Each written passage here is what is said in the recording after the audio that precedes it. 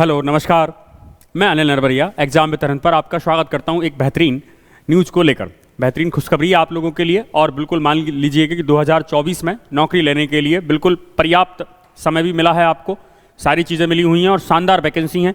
मेरे हिसाब से इतनी बड़ी वैकेंसी अभी तक जो यूपी में निकली थी लास्ट टाइम पर, उसके बाद मुझे अभी देखने को मिली है किसी स्टेट के अंदर। ठीक है, सबसे बड़ी वैकेंसी अभी तक की और अच्छी मेहनत करो, मेहनत करके आप सिलेक्शन पाएंगे। तो इसी पर डिस्कशन करने वाला हूँ, एक एक चीज़ में डिस्कस करने वाला हूँ, कौन कौन अप्लाई करेगा, कौन कौन नहीं कर सकता है, क्या क्या एज क्राइटेरिया रहेगा, क्या क्या सब्जेक्ट हैं आपके, क्या क्या क्वालिफिकेशन मांगी गई है, इवन वेतन क्या रहेगा आपका, और सारी चीज़ों पर मैं आपसे वन बाय वन क्या करूँगा डिस्कस करने वाला हूँ। बात करें अगर हम यहाँ पर बिहार लोक सेवा आयोग के नाम से आप जानते हैं इसको, इसके अंदर अगर हम बात करें कुल मिलाकर सब्जेक्टिव अगर हम बात करें तो यहाँ पर जो अलग अलग वैकेंसी हम लोगों को देखने मिल रही है, ये आप चार्ट देखेंगे, गणित विज्ञान, सामाजिक विज्ञान, हिंदी, अंग्रेजी, संस्कृत। इसके अलावा आप यहाँ पर देख सकते हैं जनरल, ओबीसी है ना, अत्यंत पिछड़ा वर्ग भी है, पिछड़ा वर्ग है, एससी है, एसटी है, ये सारे के सारे पद दिए गए हैं, महिलाओं के पद दिए गए हैं। तो एक बार आपको चार्ट को भी पढ़ना है, जो भी फॉर्म भरना है आप लोग, आप चार्ट को जरूर पढ़ लीजिएगा क्योंकि आपका पढ़ना भी बहुत जरूरी है ना, क्योंकि आप अपने सब्जेक्ट को लेकर पढ़ने वाले हैं। तो इसी के अंदर अगर मैं बात करूं आपसे सबसे पहली जो बात है मेरी आपसे वो है माध्यमिक विद्यालय जो कि 9 से 10 के लिए होता है। कितने पद हैं टोटल? 18,877। ये पद अभी के हैं, आगे जाके बढ़ सकते हैं, नंबर ऑफ कैंडिडेट पर बढ़ सकते हैं। हो सकता है आपका एग्जाम बहुत दिनों तक चले, बहुत सारे डेज तक आपका एग्जाम कंडक्ट हो, सिंगल एग्जाम नहीं होगा। नंबर ऑफ कैंडिडेट पर डिपेंड करने वाला है क्योंकि बड़ी वैकेंसी है, काफी समय बाद हमें देखने को मिली है। तो कुल मिलाकर माध्यमिक मतलब जिसको आप मिडिल बोलते हैं, कितना है आपका 9 से 10 के लिए आपका 18,877 वैकेंसी है। इसके अलावा अगर मैं आपसे बात करूं, नेक्स्ट में जो है माध्यमिक विद्यालय है ना, इसके लिए अलग से 270 पद दिए गए हैं। ये स्पेशल एजुकेशन वाले पद होते हैं, ये एक्स्ट्रा पद को ऐड किया गया है, ये एक्स्ट्रा आप ऐड ऑन कर लीजिएगा। तो कुल मिलाकर 80,000 वैकेंसी समथिंग होने वाली है, 79 ये है, तो टोटल 80,000 वैकेंसी हो जाएंगी। जैसे कि आप देखें यहां पर ये अलग अलग आपको विषय की वैकेंसी बताई गई हैं। तो एक बार मैं आपको टोटल वैकेंसी दिखा देता हूं। जैसे कि कुल मिलाकर अगर हम बात करें मिड की 6 to 8 के लिए 31,982 वैकेंसी हैं, टीजीटी 9-10 के लिए 18,877 वैकेंसी हैं, 270 और ऐड कर लीजिएगा, तो कुल मिलाकर आपकी ये 80,000 समथिंग वैकेंसी हो जाती हैं। ठीक है, इतनी बड़ी वैकेंसी आना और इतनी बड़ी वैकेंसी में अगर हमारा पिछड़ा रह जाना, ये थोड़ा सा गड़बड़ हो जाएगा। तो अब आपको करनी है बेहतरीन वाली तैयारी। तो मैं डिस्कस करता हूं आपसे बाकी की सारी चीजें। जैसे कि मैं बात करूं आपसे, अगला वाला हमारा जो पॉइंट है वो ये है, कुल मिलाकर एज की अगर हम बात करें तो 1 अगस्त 2023 तक एज आपकी रखी गई है, यहां से कैलकुलेट होगी आपकी एज। 6 to 8 के लिए 18 साल एज मांगी गई है, 9 to 12 के लिए 21 साल एज मांगी गई है। इसके अलावा आप लोग फिर 37, 40 और 42 का भी क्राइटेरिया फिल कर सकते हैं। जैसे 42 हो गया, मान लो डिसेबल्ड है ना, अलग अलग कोटे हैं, उसके अकॉर्डिंग 42 हो गया। 21 साल आपको मिनिमम, 6 to 8 अगर आप फॉर्म भरते हैं तो आपको 18 साल एज चाहिए मिनिमम, और अगर आप 9 to 12 भरते हैं तो आपको 21 साल का मिनिमम एज चाहिए है। 37 एज कुछ महिलाओं का हो सकता है केस है ना, और 40 ईयर्स हो सकता है, कुछ अलग अलग केसेस में यहाँ पर एज आपको बताई गई है। तो ये आपका, लेकिन एज जो आपका कैलकुलेट हो रहा है वो कहाँ से हो रहा है? 1 अगस्त 2023 से सभी के सभी एलिजिबल रहेंगे आप लोग, सभी आप फॉर्म भर सकते हैं। इसके अलावा मैं और बात करूँ आप लोगों से, तो मौका है, मौके का क्या उठाना है, फायदा उठाना है आपको। तो कुल मिलाकर 80,000 वैकेंसी, ये सारी चीजें बताई गई हैं। तो हम कुल इंपॉर्टेंट पॉइंट पर बात करने वाले हैं जो आपके काम का है ना। इस वेबसाइट से आप फॉर्म भर सकते हैं। ठीक है, अब हम बात करेंगे इसकी क्वालिफिकेशन की। तो मैं आपको सिंपल मैंने बता दे रहा हूं इसकी क्वालिफिकेशन अगर मैं बात करूं तो न्यूनतम जो शैक्षणिक योग्यता है स्नातक मंगा है, मतलब आपका मिडिल के लिए अगर हम बात करें तो ग्रेजुएशन प्लस बीएड हो सकता है, आपका बीटीसी हो सकता है, आपका डीएलएड हो सकता है। तो वही सारी चीजें लगी हैं, मतलब कुल मिलाकर आपका ग्रेजुएशन होना चाहिए। उन्हीं पॉइंटों को अलग अलग तरीके से लिखा गया है, जैसे कि स्नातक होना चाहिए आपका। ठीक है, प्रारंभिक शिक्षा 2 वर्षीय, डिप्लोमा होगा आपका तो भी आपका चल जाएगा। तो ये सबके पास ही, आप लोग सब समझदार हैं इसके लिए। और मैं थोड़ा सा और डिस्कस कर ले रहा हूँ। कम से कम 50% होना चाहिए, न्यूनतम कितना होना चाहिए? 45% अंकों के साथ। अगर आपका पीजी है तो आप बीएड के साथ जा सकते हैं। 45% अंकों के साथ क्या होना चाहिए? आपका ग्रेजुएशन होना चाहिए। फिर वही बीएड आपका दिया गया है। न्यूनतम 50% अंकों के साथ में आपका 4 वर्षीय हो सकता है आपका कोर्स है ना, 4 वर्षीय आपने बीएलएड किया हो। न्यूनतम 50% अंकों के साथ में बीएड हो, बीएससी एड हो आपका, अथवा न्यूनतम 50% साथ में 1 वर्षीय आपका 1 साल वाला भी होता है। अलग अलग लोग होते हैं, सबने अलग अलग किया होता है। तो कुल मिलाकर ये सारी की सारी चीजें बताई गई हैं। कुल मिलाकर अगर मैं कहूं तो ग्रेजुएशन प्लस आपका बीएड और बीटीसी वाले भी अप्लाई कर सकते हैं। ठीक है, इसके अलावा ये एक बात बताई गई है, वर्ग 6 से 8 विषय के लिए विद्यालय अध्यापक के लिए स्नातक स्तर पर ऑनर्स होना चाहिए आपका, जिस भी सब्जेक्ट के से आप फॉर्म भरने वाले हैं, जो भी आपका सब्जेक्ट रहेगा उससे आपका ऑनर्स होना चाहिए। हिंदी है तो हिंदी ऑनर्स होना चाहिए, सोशल साइंस ऑनर्स होना चाहिए, विज्ञान विषय के लिए स्नातक स्तर पर गणित, भौतिकी, रसायन, जीव विज्ञान में से कोई 2 विषय आपने पढ़ा हुआ हो। ठीक है। सामाजिक विज्ञान के लिए बताया है स्नातक स्तर पर इतिहास हो, भूगोल हो, राजनीति, है ना, इनमें से कोई भी 2 विषय अगर आपका है तो आप फिर फॉर्म के लिए एलिजिबल हैं। ठीक है।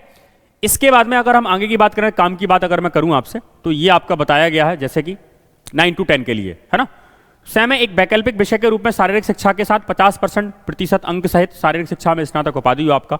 स्पेशल एजुकेशन में जो भी आपने कोर्स किया है, कुछ लोगों का ग्रेजुएशन ही होता है स्पेशल एजुकेशन में, तो आप लोग फॉर्म को फिल कर पाएंगे।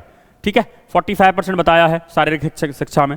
ऐसे स्नातक जिसने खेल कूद खेलों में स्कूल अंतर्गत कॉलेजों में भाग लिया हो अथवा राष्ट्रीय अध्यापक में, तो ये स्पेशल कैटेगरी है जिसमें आप बिलोंग करते हैं, तो आप एक बार जरूर इसको रीड करना है, पढ़ना जरूर है आपको, है ना, क्योंकि आप उन चीज़ों को और ध्यान से समझ पाएंगे।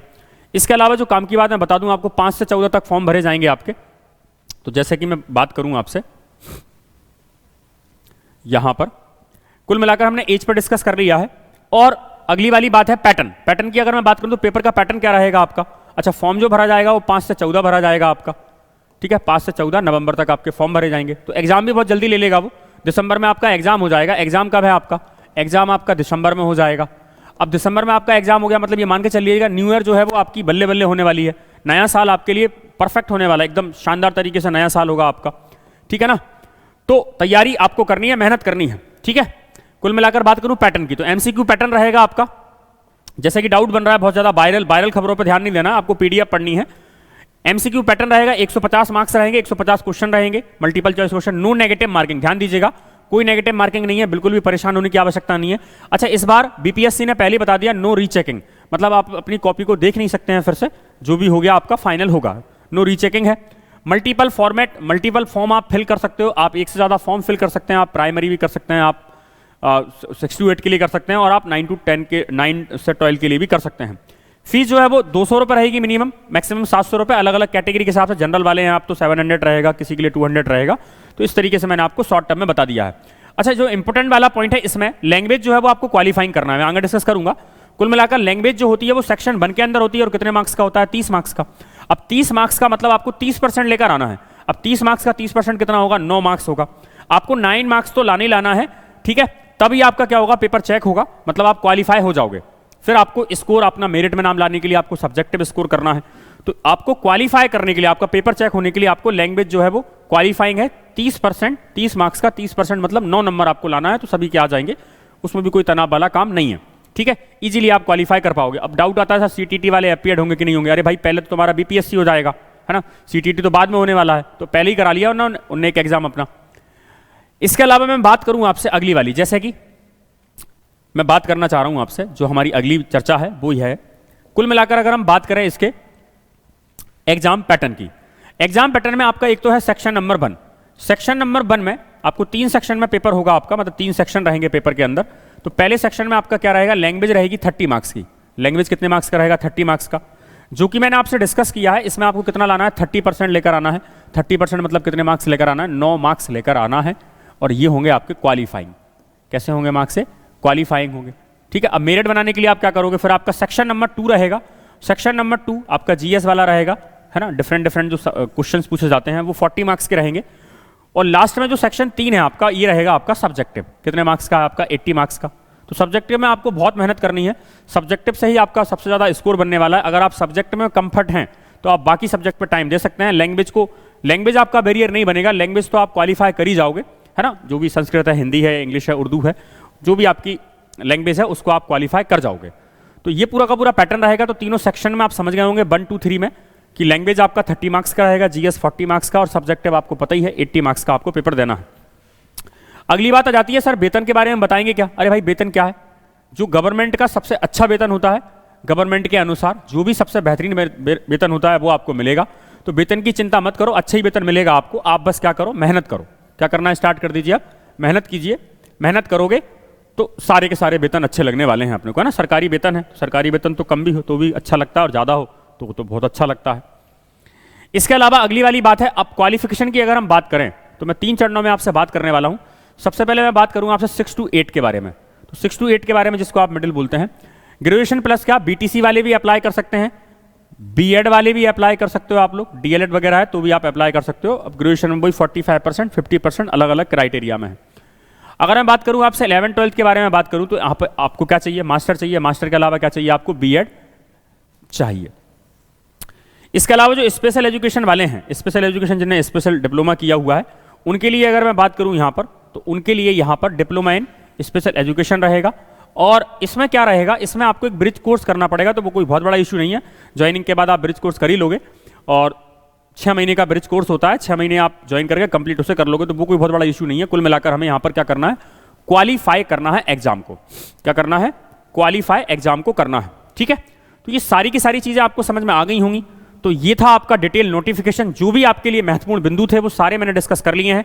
अब आपका काम है सिर्फ क्या करना है, मेहनत करना है, खूब तेजी से मेहनत करना है, तैयारी करनी है ईमानदारी वाली, क्योंकि कहीं ना कहीं इतनी बड़ी भर्ती किसी स्टेट में देखने को मिल रही है, और इसमें अगर हम अपने आप को बिल्कुल सिलेक्ट ना कर पाए तो फिर थोड़ा सा दिक्कत हो जाएगी। तो उसके लिए आप मेहनत करना स्टार्ट करो, क्योंकि समय कम है, टाइम बहुत कम है ना। उसके बाद फिर सीटीईटी आ जाएगा आपका, लेकिन इसका एग्जाम तो बहुत जल्दी है। तो उनकी ज्वाइनिंग भी हो गई, जिनका प्राइमरी वाला जो हुआ था, ये तो सेकंड फेज वाला कह सकते हैं आप लोग। फर्स्ट फेज में तो ज्वाइनिंग हो गई है, मतलब आपकी ज्वाइनिंग भी जनवरी समथिंग में होना स्टार्ट हो जाएगी। तो इससे अच्छा मौका क्या होगा कि 2 महीने 1.5 महीने में तैयारी करनी है, जनवरी में नौकरी लग जाएगी, सारे ताने माने सब निकल जाएंगे, किसी के भी सारे ताने एक साइड पर हो जाएंगे, और जनवरी में आप दिखा दोगे अपने आप को कि लो भाई ज्वाइन कर लिया, टीचर बन गए हैं, बहुत बढ़िया है ना, शिक्षक बन गए हैं। और टीचर बनने के बाद तो फिर मजे ही मजे हैं, कोई दिक्कत ही नहीं है, ठीक है। तो इसी से रिलेटेड जो भी इंफॉर्मेशन होगी आगे जाके क्लासेस से रिलेटेड या XYZ कुछ भी होगी, मैं जल्दी आपके सामने लेकर आऊंगा। खूब मेहनत कीजिए, तैयारी कीजिए, और एग्जाम विद अरिहंत आपके साथ हमेशा लगा हुआ है। अपडेट रहिएगा, चैनल को सब्सक्राइब कर लीजिएगा। जो भी इंफॉर्मेशन होगी क्लासेस से रिगार्डिंग, वो सारी की सारी इंफॉर्मेशन आपको यहाँ पर मिलेगी। इवन हमारी test series exam with Arihant portal पर भी आप चेक कर सकते हैं, और आने वाले समय में आपको सब्जेक्टिव टेस्ट सीरीज भी देखने को मिलेंगी, है ना। जल्दी मिलते हैं, तब तक अपना ध्यान रखिएगा और खूब मन लगाकर मेहनत कीजिएगा। थैंक यू, जय हिंद, जय भारत।